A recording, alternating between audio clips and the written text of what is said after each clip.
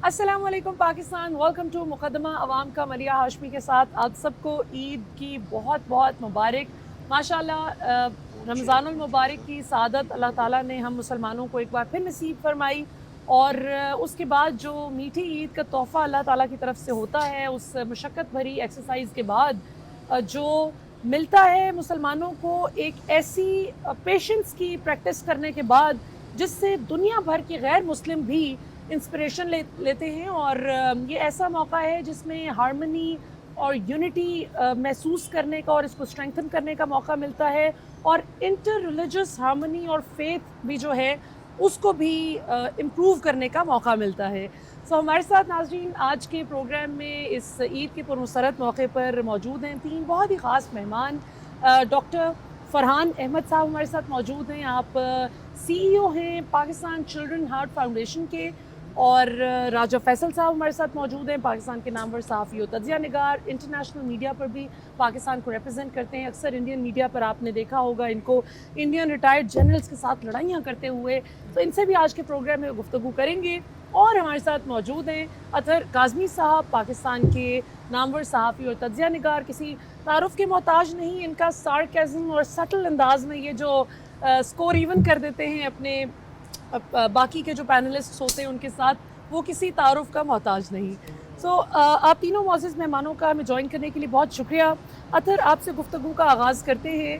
ये बताइए कि ये ईद बाकी ईदों की निस्बत किस तरह से आपकी मुख्तलिफ रही या तकरीबन वही यकसानियत वाला पैटर्न रहा?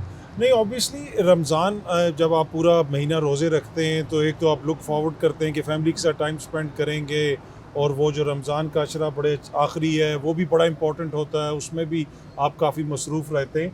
तो ईद तो हमेशा ही स्पेशल होती है और स्पेशल वो बनती है दोस्तों की वजह से, फैमिली मेम्बर्स की वजह से कि आपकी कोशिश होती है कि फैमिली के साथ टाइम गुजारा जाए, दोस्तों के साथ टाइम गुजारा जाए और इसकी जो मजहबी एक अहमियत है वो तो अपनी जगह पे है ही है। तो मेरे ख्याल में एवरी ईद की तरह आज की ईद भी बड़ी स्पेशल है। बिल्कुल सही। राजा फैसल साहब, आप बताइए कैसी आपकी ईद गुज़र रही है और क्या मुख्तलिफ है इस बार की ईद में? देखिए कुछ सालों से मेरी जो ईद है वो इंटायरली डिफरेंट हो चुकी है। पहले तो ये था कि ऑब्वियसली ईद की नमाज़ पढ़ के आके तो सिर्फ फैमिली के साथ टाइम गुजारते हैं। लेकिन आज से 5 साल पहले मेरी वालदा का इंतकाल हुआ। उसके बाद ये है कि जो भी ईद आई है उस पे ईद की नमाज़ पढ़ने के फ़ौरन बाद सीधा कब्रिस्तान जाते हैं, वालदा से ईद मिलते हैं और फिर वापस आके तो फिर फैमिली के साथ ईद गुजारते हैं। बच्चों को बाहर ले जाना और बस यही ऐसे ही अपने आप को मसरूफ़ रखते हैं। बहुत खूबसूरत बात कही आपने। वाक़ई ये बात दुरुस्त है कि जब तक इंसान का कोई अपना नाज़रीन कब्रिस्तान नहीं जाता, दुनिया से नहीं जाता, तब तक कब्रिस्तान बड़े वो लगते हैं जैसे एक स्कैरी सी जगह आम तौर पे लोगों को मालूम होती है। लेकिन जब कोई अपना दुनिया से जाता है तो फिर कब्रिस्तान भी मानूस महसूस होते हैं। फरहान साहब, आप बताइएगा कि कैसी आपकी ईद गुज़र रही है और फिर हमें ज़रा अपने पाकिस्तान चिल्ड्रन हार्ट फाउंडेशन के हवाले से भी बताएं कि इसकी इंस्पिरेशन आपको कैसे मिली? बहुत बहुत शुक्रिया मलिया और it's an honour to sit with all of you. Thank you sir. मेरी जी पहले ईद के बारे में बताऊं तो ईद हमारी जो मरहुमा बेटी है उसके साथ गुजरती है।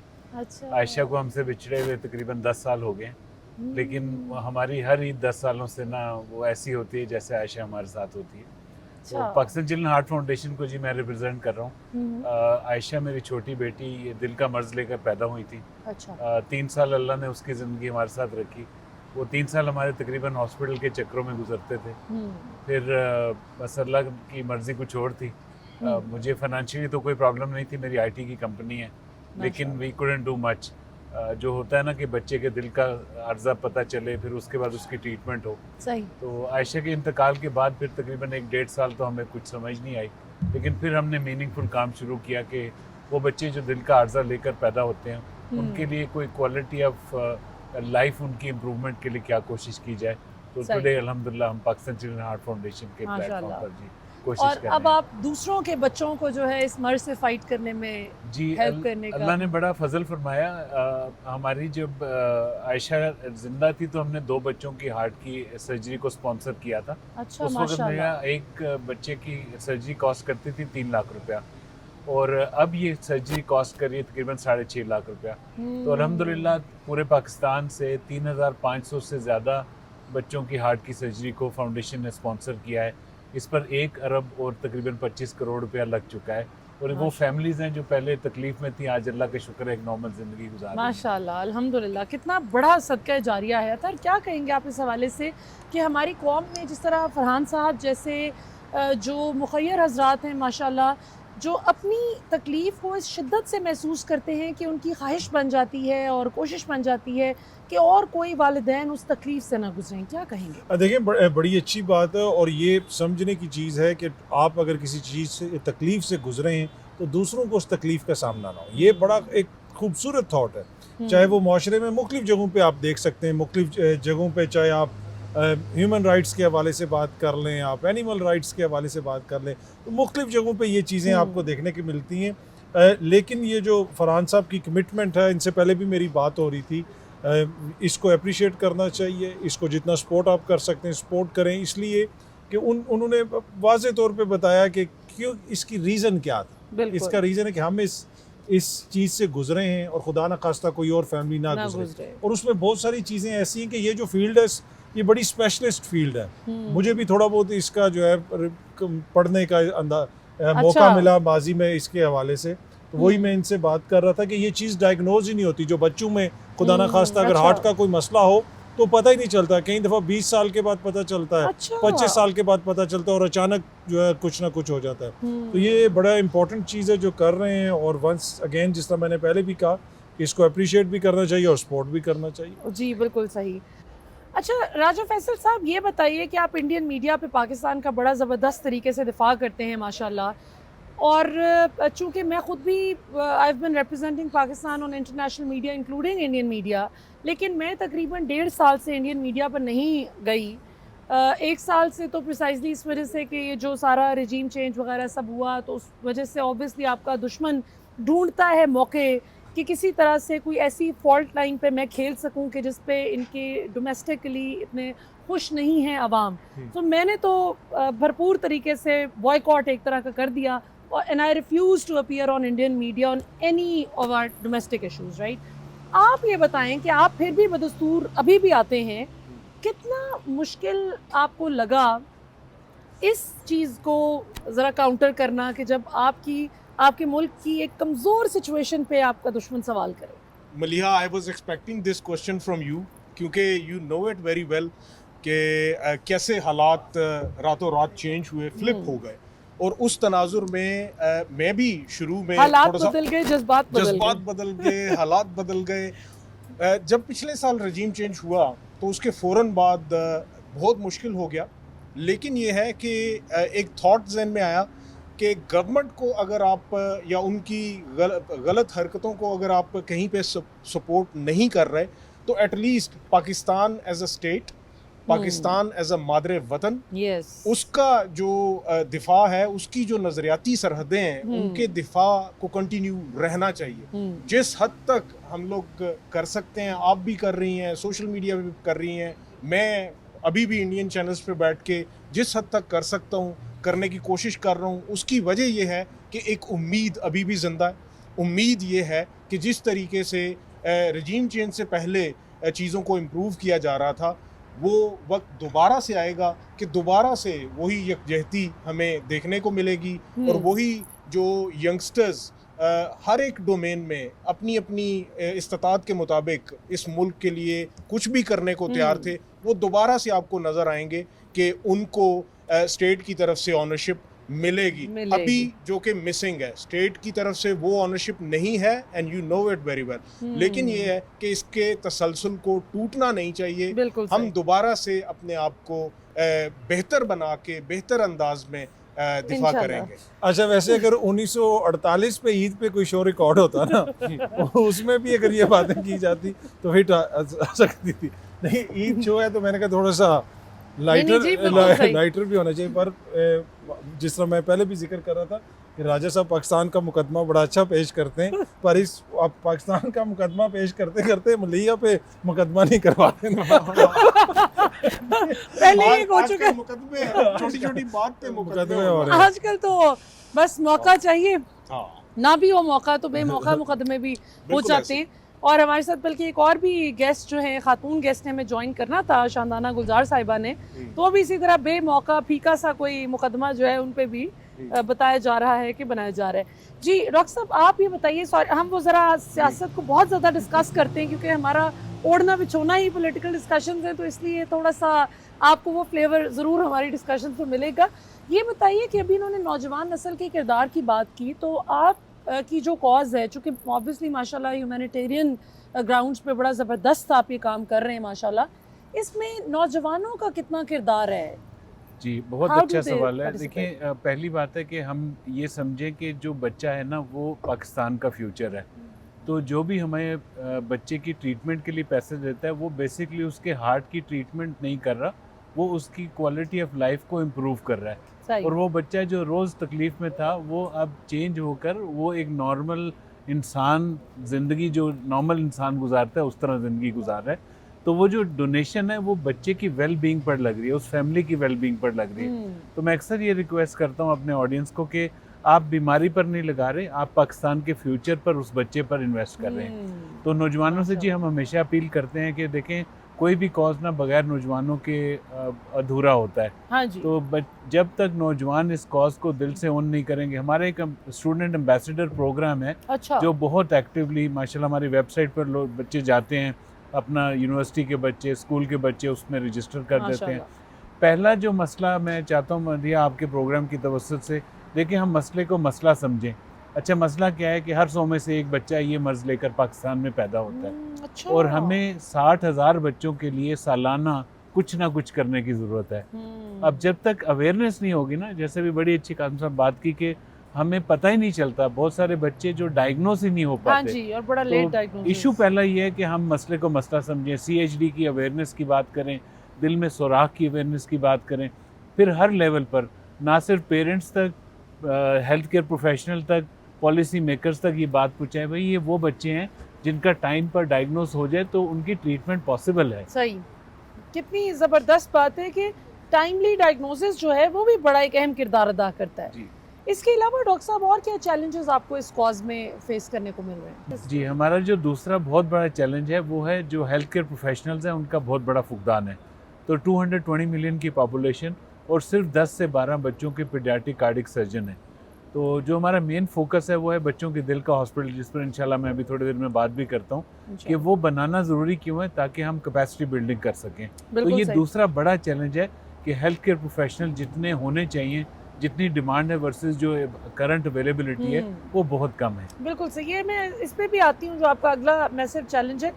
अतर काज़मी साहब, ये बताइए कि आपने माशाल्लाह बड़े थोड़े अरसे में बड़ा आपका ज़बरदस्त नाम बन गया। थोड़ा अरसा इसलिए कहती हूँ कि वैसे तो जाहिर है कि आप एक सीजन जर्नलिस्ट हैं, बड़ा आपका बहुत सालों पर मुहित है जर्नलिस्टिक करियर जो है माशाल्लाह, लेकिन पहले ज़रा आप बैक एंड पे रह के काम करते थे, पहले फ्रंट एंड पे इतना सामने नहीं आते थे।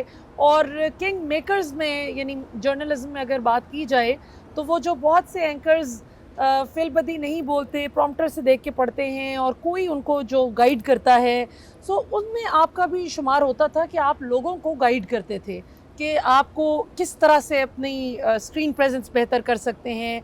तो आपकी बड़ी गाइडेंस कई लोगों के साथ शामिल हाल रही है।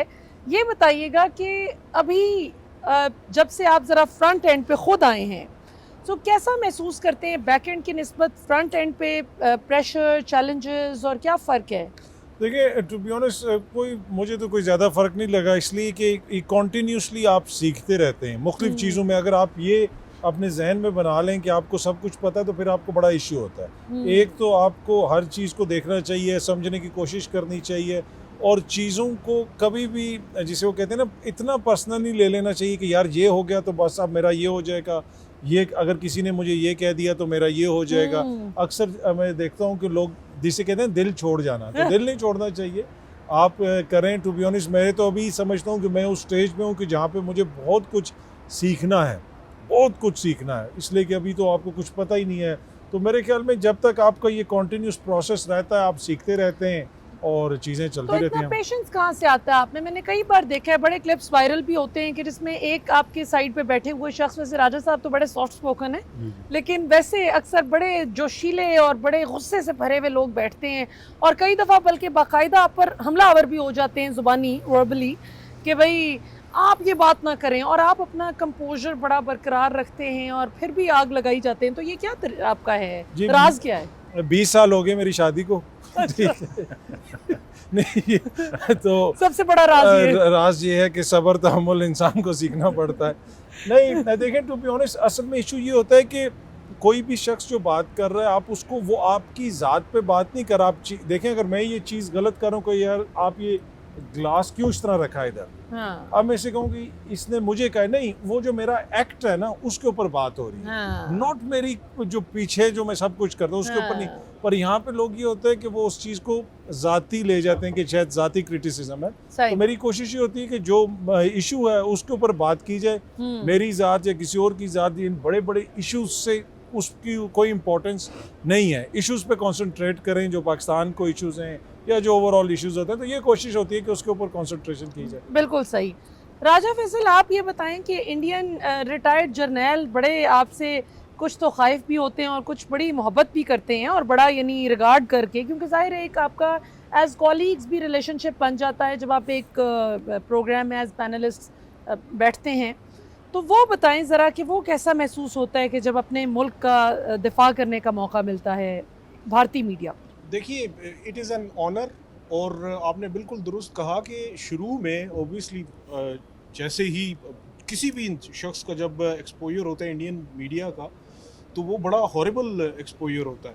लेकिन ये है कि आवाज़ बंद कर देते हैं, हाँ, क्योंकि वो कहते हैं ना कि ज़िंदगी नाम है जहद मुसलसल का, बिल्कुल। तो वो वहाँ पे आपको फिर ऐसा ही होना चाहिए, कंसिस्टेंसी होनी चाहिए, और साथ में ये है कि उनसे रोज़ जिनसे मुंह मथा लगना हो, फिर आहिस्ता आहिस्ता आप उनकी भी साइकोलॉजी को समझना शुरू कर देते हैं। बिल्कुल सही। ऐसे ही जनरल बख्शी जो हैं, उनके साथ ऑन स्क्रीन ऑब्वियसली शुरू में हमारी बहुत ज़्यादा लड़ाइयाँ हुई आपस में, जीडी बख्शी साहब। बिल्कुल। लेकिन ये है कि एक जो रिस्पेक्ट का आंसर है वो हमेशा से रहा, और कई दफ़ा वो मैंने उनको ये कहा भी कि I have huge respect for you, दो कि आप एनिमी आर्मी के जनरल हैं, लेकिन मेरे लिए काबिल एहतराम है क्योंकि आप अपने मुल्क के नेशनलिस्ट हैं। बिल्कुल सही। मेरे ख्याल में वो जो एक म्यूचुअल रिस्पेक्ट है वो उस तरफ से मुझे भी मिलती है, मैं भी उनको देता हूँ। बिल्कुल, और वो होना भी हाँ, चाहिए, क्योंकि डिबेट का मजा ही जब है कि आप Exactly, बिल्कुल ऐसे जो ही। है वो अच्छा नाज़रीन, यहाँ पर वक्त तो एक शॉर्ट कमर्शियल ब्रेक का, लेकिन ब्रेक में जाने से पहले क्योंकि अगले सेगमेंट में हमें एक और मोअज़्ज़ज़ मेहमान ज्वाइन करेंगे, और हमारे ये मोअज़्ज़ज़ मेहमान जो हैं he has to rush to another show, तो क्विकली हम अतर साहब से एक सवाल पूछते हैं और फिर ब्रेक पे जाते हैं।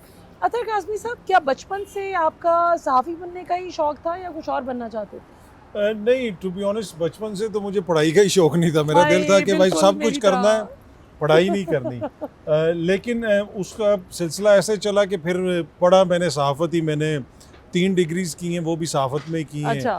तो फिर यही अब तकरीबन गुज़िश्ता 10-15 साल से तो फुल टाइम सहाफ़त ही हो रही डॉक्टर है। बनूंगा, इंजीनियर बनूंगा, ऐसे कोई शौक नहीं, मुझे पता था कि मेरे में इतना टैलेंट ही नहीं, इतना पेशेंस है कि मैं पढ़ सकूं इतना ज़्यादा।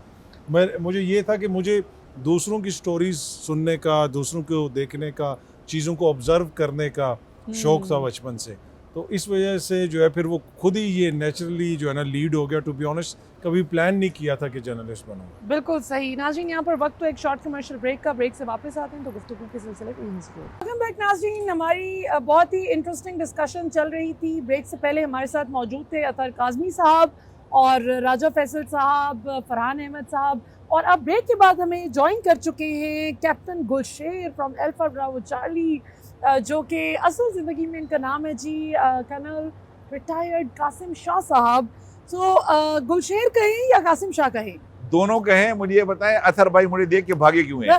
मुझे ये बताएं। एक्चुअली अतर जो है उनको अपनी एक और शो पे पहुंचना था, और वो हाँ। हमारी वजह से जो है ही वाज काइंड हाँ ना, मेरे अथर भाई remain एक प्रोग्राम में बैठे ना, बड़े से जो प्रोग्राम बन रहा है। हाँ जी बिल्कुल। कोई नहीं, खैर है, इंशाल्लाह फिर बैठ जाएंगे आपको इंशाल्लाह। इकट्ठे बिल्कुल बिठाएंगे और ठीक है, बुलाएंगे। सही है। ये बताइए कि अल्फा ब्रावो चार्ली को रिकॉर्ड किए बहुत अरसा गुजर गया। नाज़रीन, बाय द वे ये साथ साथ जो है बड़ा मज़ेदार लजीज ईद का खाना भी जो है सर्व हो रहा है। और जैसे कि आप सब जानते हैं कि ये मीठी ईद है और मीठी ईद मज़े मज़े के खानों के बगैर कैसे मुकम्मल हो सकती है। सो गुलशेर साहब, आपको हम गुलशेर ही कहते हैं क्योंकि अवाम आपको आम तौर पे गुलशेर के नाम से ही जानती है। और सबसे इससे पहले कि मैं उनसे वो सवाल पूछूं जो मैं पूछना चाह रही हूँ, मैं आपको ये नाज़रीन एक बड़ा इंटरेस्टिंग लतीफ़ा सुनाती चलूँ आपकी इजाज़त से। प्लीज। आम तौर पे हम देखते हैं क्योंकि ज़ाहिर है फैमिली टर्म्स भी बहुत हैं माशाल्लाह, मिलना मिलाना, तो हमारी तकरीबन हर हफ्ते मुलाकात हो जाती है। और जब हम सब दोस्त बाहर होते हैं तो हम देखते हैं कि ख़वातीन चाहे किसी भी उम्र से ताल्लुक़ रखती हो, 60 साल की हो, 70 साल की हो या 30 साल की, 20 साल की, किसी भी एज ग्रुप से ताल्लुक़ रखने वाली ख़वातीन, वो जब भी इनको देखती हैं तो फौरी तौर पर ज़ाहिर है एक तो मोहब्बत का इजहार करती हैं कि आपने बड़ा अच्छा किरदार निभाया था कैप्टन गुलशेर का, और साथ ही कहती हैं कि हम आपको बचपन से बचपन से जानते हैं देखते आ रहे हैं। और मुझे कितनी खुशी होती है ना देख के ना। खास तौर पे जो नानी दादी बन चुकी होती हैं, तो कैसा महसूस करते हैं जब आपको नानी अम्मा दादी अम्मा भी कहती हैं जैसे महसूस करना चाहिए। कि बचपन से देखते आ रहे हैं। हाँ ना, बिल्कुल बहुत अच्छा महसूस होता है जब मुझे ना मुझसे बुजुर्ग वगैरह, अक्सर मेरी वालिदा की क्लास फेलोज मुझे कहती है यानी बचपन से आपको बट माय प्लेजर। और ये उनकी मोहब्बत है कि ये वॉक अप टू अस, हाँ हमसे जी। मिल के बात कर जाए। आजकल किसी के इतना टाइम निकालना कि वो अपना काम छोड़ के अपनी चेयर से उठ के आए आपकी तरफ, अपनी टेबल से रेस्टोरेंट में बैठे हुए हों या गाड़ी रोक के आपसे सलाम दुआ करे, तो आई थिंक ये इससे ज्यादा रिस्पेक्ट बंदा जो है ना और क्या एक्सपेक्ट करे। क्या एक्सपेक्ट करे, हाँ, बिल्कुल। और ये खुशनसीब है जिसको इज्जत मिल रही है क्या इस बात मुल्क है, में वाकई आजकल के दौर में। आजकल के दौर में बादशाहों को नहीं वैसे मिल तो रही। आपकी तस्वीर के साथ मीम्स भी बड़ी चलती हैं आजकल, सर ये हो हाँ। गया है, सर क्या करें। अच्छा, यकीन करें कि इनमें से कोई बात मैंने नहीं की। कोई बात मैंने नहीं की, मैं कैमरा पे कह रहा हूँ, इनमें से कोई बात मैंने नहीं की। ये सारी की सारी बातें अगर मुझे पता होता कि इससे इतनी मीम्स बननी है, यकीन करें मैं बाई एयर चला जाता, बाई एयर जाके उसे शहनाज से बात करके आता। मैं तो उससे बात सलाम दुआ कर रहा था कि भाई मैं शहर में नहीं हूँ, मैं तो ये बात करनी थी। मुझे क्या पता था कि वो जो है ना 20 साल के बाद वो सोशल मीडिया पे वो तस्वीर बन जाएगी। But it's again love and pleasure.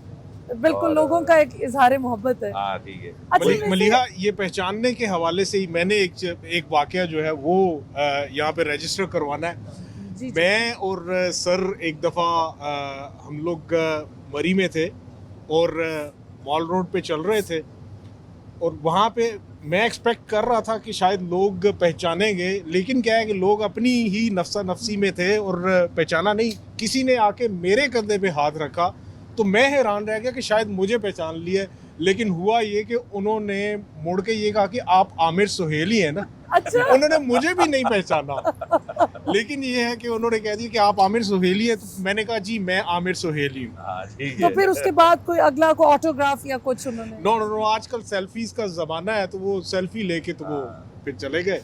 तो आजकल तो ऑटोग्राफ आमिर सोहेल से तस्वीरें खिंचवा के चले गए। फरहान साहब, आप क्या कहेंगे कि डिफरेंट सेलिब्रिटीज के साथ भी ऑब्वियसली आपको मुलाकात का मौका मिलता होगा, जो इतनी नोबल कॉज आप लेकर चल रहे हैं, उसमें सेलिब्रिटीज का कैसा किरदार है? और हॉस्पिटल के हवाले से भी बताएं जो आप कह रहे थे कि बनाना चाह रहे जी माशाल्लाह फैंटास्टिक। जो भी अच्छा। हमारे कॉज के बारे में सेलिब्रिटी समझती हैं, और मेरे ख्याल आप जिंदा मिसाल है मेरी आपकी ऐसे ही मतलब वायदे में मुलाकात हुई एक इवेंट पर, तो माशाल्लाह आपने मुझे प्रोग्राम पर बुला जी। लिया। ऐसे ही जिनसे भी बात होती है, क्योंकि बच्चा और दिल दोनों सेंसिटिव चीज़ें हैं, बिल्कुल। और किसी का भी मतलब मैंने तो ज़िंदगी में कोई ऐसे लोग नहीं देखे जो इन दोनों कॉजों को सुने और फिर इस कॉज के साथ लग ना जाएं। क्या बात। अल्हम्दुलिल्लाह वेरी वेरी सपोर्टिव। जो हमारा हॉस्पिटल का प्रोजेक्ट है ना जी, वो है जो असल मकसद है हमारा, जो जिस पर हम कोशिश कर रहे हैं कि पाकिस्तान में अभी तक कोई सेंटर ऑफ एक्सीलेंस मौजूद नहीं है बच्चों की पीडियाट्रिक कार्डिक सर्जरी और कार्डियोलॉजी के हवाले से। जैसे शौकत खानम एक बड़ा ही मिसाल है हमारे सामने कि वो शौकत खानम कैंसर की रिसर्च की भी बात हो रही है, कैंसर की ट्रीटमेंट की भी बात हो रही है, कैंसर की कैपेसिटी बिल्डिंग की बिल्कुल। भी बात हो रही है। तो हम ऐसा ही एक इदारा इंशाल्लाह बनाने के लिए कोशिश हैं, जिसमें अल्लाह के फजल से हमारा ग्रे स्ट्रक्चर कंप्लीट हो गया है। हमें यूनिवर्सिटी ऑफ लाहौर ने 2021 में लैंड डोनेट कर दी थी। माशाल्लाह। हमें उस पर तकरीबन 1 साल लगा, हमने उसका डिज़ाइन कंप्लीट किया। अच्छा। अब उसका ग्रे स्ट्रक्चर कंप्लीट हो गया है। तो it's a purpose build 75 bed facility, जहाँ पर बच्चों की जो पीडियाट्रिक कार्डियक सर्जरी और कार्डियोलॉजी है उसके बारे में ट्रीटमेंट भी होगी, उसकी कैपेसिटी बिल्डिंग भी होगी और रिसर्च के दरवाजे भी खुलेंगे। अभी तक इस पर 60 करोड़ रुपया लग चुका है और अल्लाह के फजल से ऐसे ही मेरे मतलब मुख्तलिफ प्रोग्रामों में जाकर लोगों को रिक्वेस्ट किया तो लोगों ने कॉज को ओन किया, अपना हिस्सा डाला। माशाल्लाह। अब हम लोग डेफिसिट हैं तकरीबन 2 अरब और 40 करोड़ का, और ये ईद का मौका है, सब लोग अभी रमज़ान से मतलब गिविंग करके तकरीबन खाली हैं।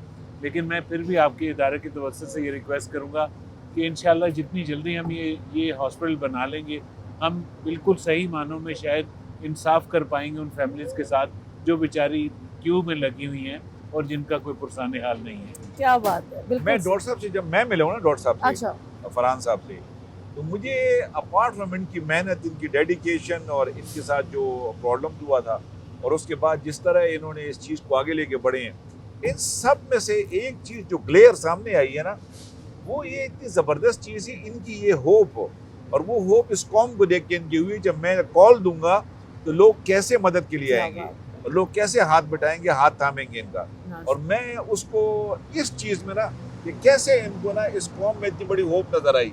अल्लाह की ज़ात पे तो होप है ही है, मगर उस कौम को देख के ना कि मैं जब उस कौम का आवाज़ दूंगा वो इस कॉज पे लबैक कह के आगे आएंगे।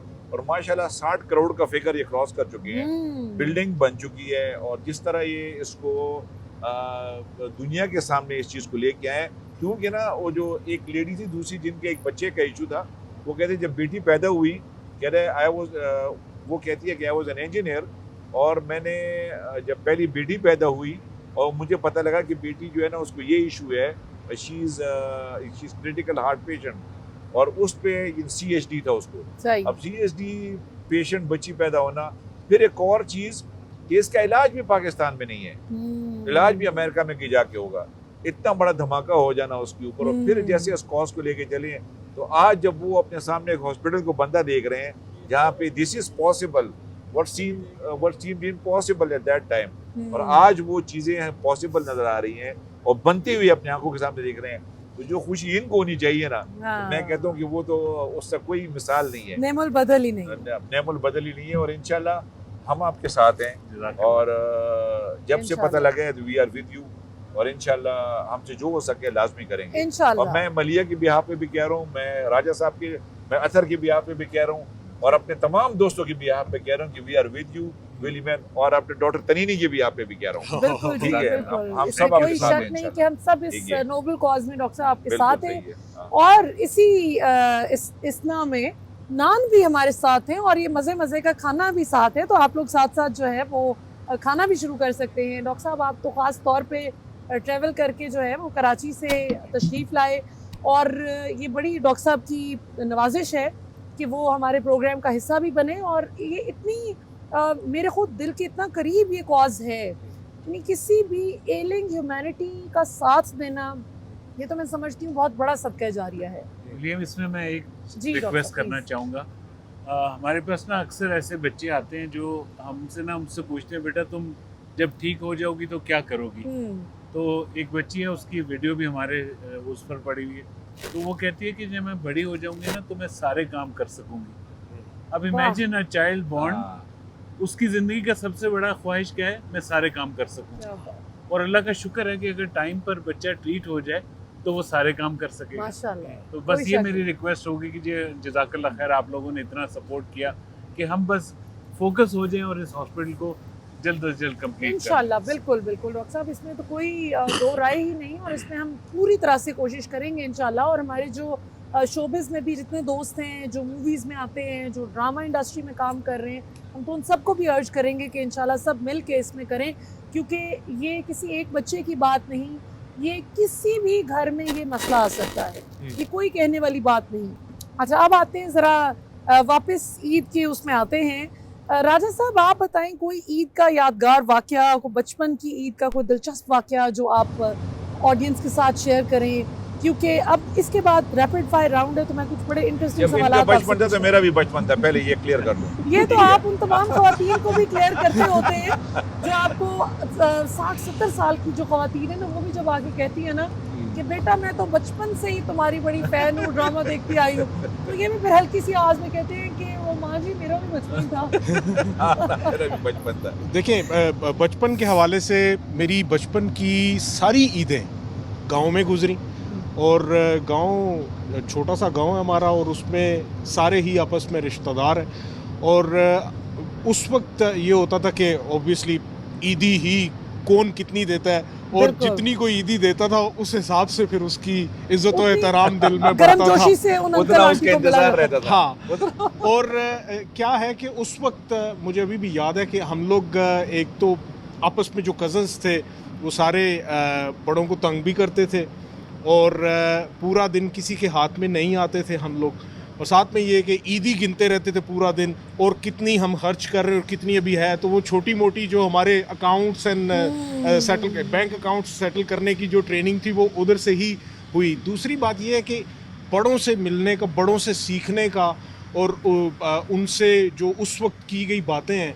वो आज भी हमारे जहन में, और किस हवाले से मतलब वो ईद गुजारा करते थे वो आज भी हमारे जहन में। हमारी यही कोशिश होती है कि जो हमारे बड़ों का तर्ज अमल था उसी के मुताबिक चला जाए। ऐसे ही हमारी फैमिली से ही, हमारे गांव से ही बहुत से लोग जो हैं वो आर्मी में सर्व करते हैं। फिर जब वो उनके साथ हम बैठते थे तो उनसे भी सुनने को मिलता था, मुल्क के बारे में सुनने को मिलता था। बचपन में आपको ये अंदाज़ा नहीं होता कि मुल्क क्या है, मुल्क के इर्द गिर्द क्या है, कौन कौन क्या करता है क्या लेकिन नहीं। आजकल के बच्चों के बचपन को में अंदाजा हाँ, हो गया है। आजकल डिजिटलाइज किड्स हैं, उनको ऑब्वियसली सोशल मीडिया से और डिफरेंट ऐप्स से उनको हर एक चीज़ के बारे में आगाही है। सिर्फ हमारे ऐप से दौर या में इमरान खान से भी आगाही इमरान होगी? खान से भी देखें, आजकल का जो छोटा छोटा बच्चा है उसको भी अगर आप देखते हैं तो वो भी पाकिस्तान की सियासत के बारे में, पाकिस्तान के हालात के बारे में वो इतना ज़्यादा एनलाइटेंड Strongly है। opinionated है, हाँ, बिल्कुल। इतना ज़्यादा एनलाइटेंड है। मैं ये समझता हूँ कि ये बहुत ज़रूरी था और ये बहुत अच्छा है कि ये अभी हो चुका है। और ये जो मिलीनियल्स एंड पोस्ट मिलीनियल हमारे पास जो बच्चे मौजूद हैं, जो नौजवान मौजूद हैं, यही फ्यूचर है पाकिस्तान का। और इन्होंने ही पाकिस्तान को एक सिमत मुतय्यन करनी है पाकिस्तान के लिए, और बिल्कुल। मेरे ख्याल में आगे फ्यूचर जो है वो दरख्शां। बिल्कुल जी, फ्यूचर दरख्शां है, और इसी दरख्शां मोड़ पे वक्त आ गया है आखिरी ब्रेक का। नाज़रीन, ब्रेक के बाद वापस आएंगे तो प्रोग्राम के आखिरी हिस्से में हम दाखिल हो चुके होंगे, और कैप्टन गुलशेर से, फरहान साहब से और राजा फैसल साहब से कुछ इंटरेस्टिंग सवाल करेंगे आफ्टर द ब्रेक। जी नाज़रीन, बहुत ही इंटरेस्टिंग डिस्कशन चल रही है। ईद का पुरमसरत मौका है, मीठी ईद है, और रमज़ान की एक्सरसाइज के बाद अल्लाह ताला ने ये गिफ्ट जो हर मुसलमान को मिलता है माशाल्लाह, जिसमें हमें सिर्फ मुसलमानों के साथ ही नहीं बल्कि पूरी इंसानियत के साथ एक अच्छे इंसान के तौर पर ट्रीट करने का जो सबक मिलता है। और ख़ास तौर पे रोज़े के दौरान जब भूख महसूस होती है, जब वो तमाम अल्लाह ताला की नेमतें जो आम तौर पर हर वक्त सारा साल इस एक महीने के चंद घंटों के अलावा हम पर हलाल होती हैं, उस स्पेसिफिक टाइम पीरियड में हम पर हराम कर दी जाती हैं फजर से लेकर मगरिब तक। क्यों? ताकि हम एहसास कर सकें दूसरों का। और इसीलिए हमने आज चुनकर ऐसे लोगों का इंतखाब किया अपने प्रोग्राम में जो दूसरों का एहसास अपने दिल में लेकर उसकी शमा जलाए हुए ज़िंदगी गुजार रहे हैं। और हर शख्स अपने तौर पर अपने अपने तरीके से माशाल्लाह अपने तईं कंट्रीब्यूट कर रहा है सोसाइटी को बेहतर बनाने के लिए।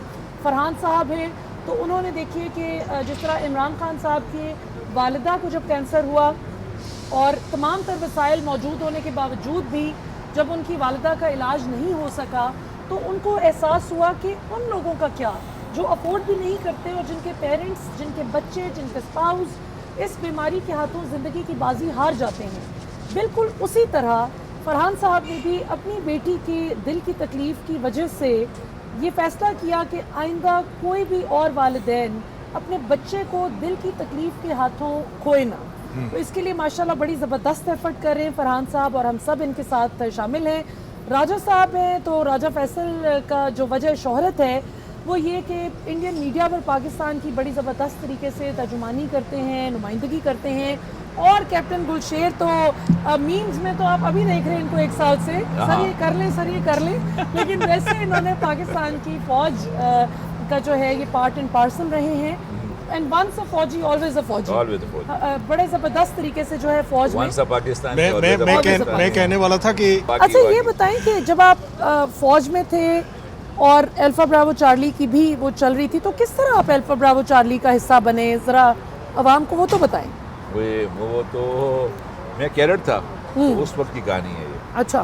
तो कैडेट था, तो वो मैं पनिशमेंट पे था, मेरी छुट्टी बंद थी, बाकी सारे लोग वीकेंड गए हुए थे, उनकी छुट्टी मिली हुई थी। तो उसी में शुएब मंसूर पीएमए आ गए, तो वो बाय चांस एक्सीडेंटली मेरी मुलाकात, क्योंकि मैं I was stuck in PMA, अपने आप को कोस रहा था। अच्छा। कि भाई मेरा क्या कसूर है। तो बंदे को नहीं पता होता कि ये चीज़ ब्लेसिंग इन डिस्गाइज होती है, कुदरत ने क्या रखा हुआ है। तो उस वक्त तो शायद उस दिन मैं अब यूँ कि घर में बड़ा इंपॉर्टेंट इवेंट हो रहा था, वो फैमिली रीयूनियन था घर पे, ऐसे समझ लें। तो वो उस पर, और वो 18 साल के बाद ना मेरी 2 बहनें आपस में मिल रही थी, एक नाइजीरिया में थी, एक सऊदीया में थी। तो वो 18 साल के बाद उन्होंने आना था घर पे और इकट्ठे होना था। दोनों मुख्तलिफ टाइमिंग में पाकिस्तान आती थी, आपस में मुलाकात नहीं होती थी। तो वो इवेंट था, और उस पे जाते जाते एकदम छुट्टी मेरी बंद, मुझे पनिशमेंट मिल गई, मुझे रोक लिया गया। तो ये मुझे नहीं पता था कि शुएब साहब से मुलाकात होनी है। और फिर शुएब साहब से मुलाकात हो के देन आई बिकेम गुलशेर। वो एक वीकेंड मुझे कासिम शाह से गुलशेर बना गया। अच्छा। तो कासिम शाह तो शायद मेरे घर वालों को भी सही तरह नहीं याद था, गुलशेर सबको याद है। तो बस द स्टोरी स्टार्टेड, और मैं आज आपके सामने बैठा हूँ। माशाल्लाह। अच्छा, जब से अल्फा ब्रावो चार्ली एयर हुआ उसके बाद से लेके अब तक ये जो बड़ा अरसा गुजरा है, इन तकरीबन 19-20 सालों में क्या आपने अपने अंदर बदलाव देखा और लोगों की तरफ से कैसा रिस्पांस मिला? पता क्या है, इसमें एक चीज़ मुझे समझ आई है कि the amount of respect which I have and I enjoy जो लोगों से, और जिस तरह लोग मुझे आके मिलते हैं खुशी से, तो वो बंदे को ना एक अजीब सी ना आपको ज़मीन से ऊपर ले जाती है ये चीज़। तो फिर एक चीज़ तो वो है जो कि आप और हम सब जो है ना, आप और बाकी सब लोग, आप मुझे देख रहे हैं, गुलशेर को आप देख रहे हैं। एक है जो मैं अपने आप को देख रहा हूँ कि तू क्या चीज़ था, अल्लाह ने तुझे क्या बना दिया है, क्या बात, कहाँ पहुँचा दिया। बस अल्लाह हमें तौफीक दे कि जो रिस्पेक्ट मिल रही है उसको, बल्कि मैं हमेशा कहा करता हूँ कि जो हमें रिस्पेक्ट मिलती है, जो फेम मिला है, इस फेम के साथ कुछ रिस्पॉन्सिबिलिटीज़ भी कुछ अटैच हो जाती हैं, बिल्कुल कुछ फ़राइज़ भी आ जाते हैं। और एक फ़र्ज़ ये है कि इस तरह कॉज के साथ हम अपने आप को एसोसिएट कर लें, ताकि मेरी आवाज़ वो आम आदमी की निस्बत ज़्यादा सुनाई दे रही है लोगों को। बिल्कुल सही। और मैं ज़्यादा लोगों को शायद नज़र आ रहा हूँ आम आदमी की निस्बत, तो क्यों ना इसका फ़ायदा लेके उसको एक कॉज में ले जाऊँ उसको, और सबको एक लड़ी में परोते हुए तो इसको एक ऐसी तरफ ले जाएं उसका, तो इसका फ़ायदा भी होगा।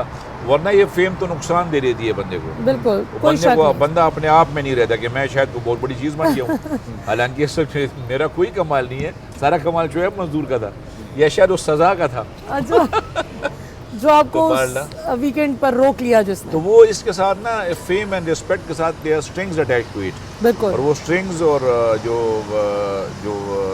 जो फ़राइज़ हैं उसके साथ, वो फ़राइज़ ये है कि इस तरह किसी कॉज में हम सबको एसोसिएट होना चाहिए, किसी न किसी कॉज में, चाहे एजुकेशन है, चाहे व्हाटएवर, इस पे ना, चाहे हेल्थ है, चाहे कुछ भी। हेल्थ है। अच्छा जी, अब हम प्रोग्राम के इख्तिताम की तरफ बढ़ रहे हैं। फरहान साहब, आप कोई ईद के हवाले से ख़ास पैगाम देना चाहें, और अपनी कॉज के हवाले से अगर कोई चैलेंज फेस कर रहे हैं आप, जिसमें आप समझते हैं कि पाकिस्तानी अवाम को आपके साथ यकजां और यकजुबां होकर जो है चलना चाहिए, तो क्या कहेंगे? जी, ईद के हवाले से तो जी मैं ये ईद डेडिकेट करूँगा उन सब बच्चों के लिए जो CHD के साथ पैदा होते हैं, उन सब फैमिलीज़ को हमारी तरफ से बहुत मुबारक हो, और वो जिस भी मुश्किल में इंशाल्लाह हम लोग उनके साथ हैं, और आप लोग भी उनके साथ हैं। क्यों नहीं, बिल्कुल। मेरी दूसरी रिक्वेस्ट ये होगी कि इंशाल्लाह ये हॉस्पिटल तो बन जाना है, क्योंकि मुझे ना पहले ही दफ़ा किसी ने 10,000 रुपये दिए थे। अच्छा। और मुझे कहा था कि फरहान भाई अभी आपकी बेटी गई है, तो मुझे नहीं लगता ये होएगा, लेकिन चले फिर भी मैं 10,000 दे देता हूँ। तो अल्लाह का शुक्र है कि आज वही 10,000 जो है वो 60 करोड़ रुपया लग चुका है, माशाल्लाह। और इंशाल्लाह ये 2 अरब 40 करोड़ भी इकट्ठे हो जाए इंशाल्लाह। तो बस ये है कि हम लेट ना करें, और हम अपना हिस्सा डालें, हम टीम का हिस्सा बने। मिसबा भाई हमारे साथ हैं, वो अक्सर एक बात कहते हैं कि अकेले बंदा कुछ नहीं कर सकता। अगर यही हम 1 लाख पाकिस्तानी 2,000 रुपया पर महीने दे दें तो ये 2 अरब 40 करोड़ रुपया तो हमारा एक साल में इकट्ठा हो जाता है। तो बस ये रिक्वेस्ट होगी कि जी अपना हिस्सा डाल दें, हम लेट ना करें इसको। शिकवाए ज़ुल्मते शब से तो कहीं बेहतर था, अपने हिस्से की कोई शम्मा जलाते जाते। हम आम तौर पर शिकवा तो बहुत करते हैं कि मुल्क में ये ख़राब है, ये गलत है, ये ऐसे होना चाहिए, और ख़ास तौर पे जो काम कोई दूसरा कर रहा होता है उसमें तो हम खूब मशवरे देने के माहिर हैं। वो था ना, किसी उस्ताद ने कहा, एक लाइन ड्रॉ की वाइट बोर्ड पर और कहा कि इसको किस तरह से छोटा किया जा सकता है। किसी दानिश्वर ने कहा कि यहाँ नीचे से इसको काट दें, किसी ने कहा ऊपर से काट दें, किसी ने कोई मशवरा दिया। तो उस्ताद ने मुस्कुरा कर कहा कि अगर मैं इस लाइन के बराबर में एक बड़ी सी लाइन खींच दूँ तो ये ऑटोमेटिकली छोटी हो जाएगी। तो जिससे साबित होता है कि ख़ुद बड़े होने के लिए किसी की जड़ें काटना या किसी को कमतर बावर कराना ज़रूरी नहीं होता। आप ख़ुद बड़े इंसान बन सकते हैं, आप ख़ुद बड़ी कॉज के साथ जुड़ सकते हैं, और आप शिकवे करने की बजाय अपना बेस्ट इनपुट दें ताकि पता चले कि सोसाइटी में आपने किस तरह से कंट्रीब्यूट किया। राजा फैसल साहब, your last comment. Last comment ये है कि एक तो ईद मुबारक, और इसी खुशी के मौके पे मैं दुआ भी यही करता हूँ कि पाकिस्तान के सारे हालात बेहतर हो जाएं। वो जैसे कि हज़रत अल्लामा इकबाल रहमतुल्लाह अलैह ने फरमाया था कि मीरे अरब क्वाई ठंडी हवा जहाँ से, मेरा वतन वही है, मेरा वतन वही है। मेरी ये दुआ है कि जैसे नबी पाक सल्लल्लाहु अलैहि वसल्लम ने हमसे एक्सपेक्ट किया था और ये कहा था कि उधर से मुझे ठंडी हवा आती है, हमने ये साबित करना है कि ये उनको ठंडी हवा बिल्कुल दुरुस्त आती थी, और हमने ये साबित करना है। और साथ में मैं एक इंतहाई इम्पोर्टेंट बात जो कि बच्चों के लिए, जो बच्चे देख रहे हैं, वो समझते होंगे कि हम किसी भी फील्ड में मेहनत करें और कामयाब हो जाएंगे। तकदीर इंसान को कहाँ से कहाँ ले जाती है। मैं वो हूँ जो कि ड्रॉप आउट था फ्रॉम लॉ का ड्रॉप आउट हूँ। 2 साल मैंने लॉ किया लेकिन आगे प्रोसीड नहीं कर सका। लेकिन मुझे क्या पता था कि तकदीर में पाकिस्तान का मुकदमा लड़ना लिखा है। हाँ। और ये सिर्फ इसी तनाजुर में हो सकता है कि आप अपनी नीयत साफ़ रखें। जैसे वो इमरान खान भी कहते हैं कि नीयत साफ़ होनी चाहिए। नीयत साफ़ रखें, अपनी जद्दोजहद जारी रखें, और माँ बाप की दुआएं लेना मत भूलिए। मुझसे बेहतर बहुत से लोग मौजूद होंगे जिनको कि मैं ग्रेड करता हूँ कि वो मुझसे बेहतर हैं, लेकिन अगर मुझे शायद कोई अगर मुकाम मिल गया है तो और प्राइड ऑफ पाकिस्तान 2021 में मिल गया, तो शायद इसकी वजह सिर्फ और सिर्फ ये है कि मेहनत भी थोड़ी बहुत की, तकदीर भी मुझे लेगी, लेकिन माँ बाप की जो दुआएं हैं वो मेरे काम आ गई, अदरवाइज और कुछ भी नहीं। क्या बात है, बिल्कुल सही। कैप्टन गुलशेर, वैसे तो मैं आपको बताती चलूं कि रिटायर्ड कर्नल हैं, लेकिन ये ज़रा छोटा भी खुद को महसूस करते हैं, यंग अगर इनको कैप्टन कहा जाए, और ख़वातीन भी इनको कहती हैं hello captain Gulsher, captain Gulsher, तो ये भी फिर अपना रैंक नहीं बताते, खुशी से आंखों में आंसू आ जाते हैं। ये भी कहते हैं ठीक है कैप्टन ही ठीक है। मैसेज ऑफ द डे, मैं तो शायद कुछ और कहना चाहता। इन्होंने जिस तरह पेरेंट्स की बात की ना, तो जिनको तो पेरेंट्स हयात हैं, तो इस जैसी बड़ी नेमत कोई नहीं है। इनकी कदर करें। इस मोबाइल नेटवर्क और मोबाइल को देखते हुए ना, मोबाइल स्क्रीन की वजह से इस तोहफे को ज़ाया ना होने दें जो टाइम मिल रहा है।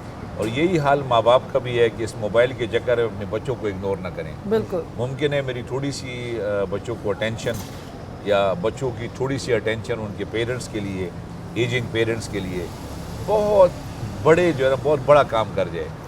ये तो इस चीज़ की, पहले तो इस चीज़ की हमें बहुत सारी कदर होनी चाहिए, और दूसरा अपने मुल्क की कदर होनी चाहिए, पहले बड़ों को और फिर उसके बाद हम छोटों को।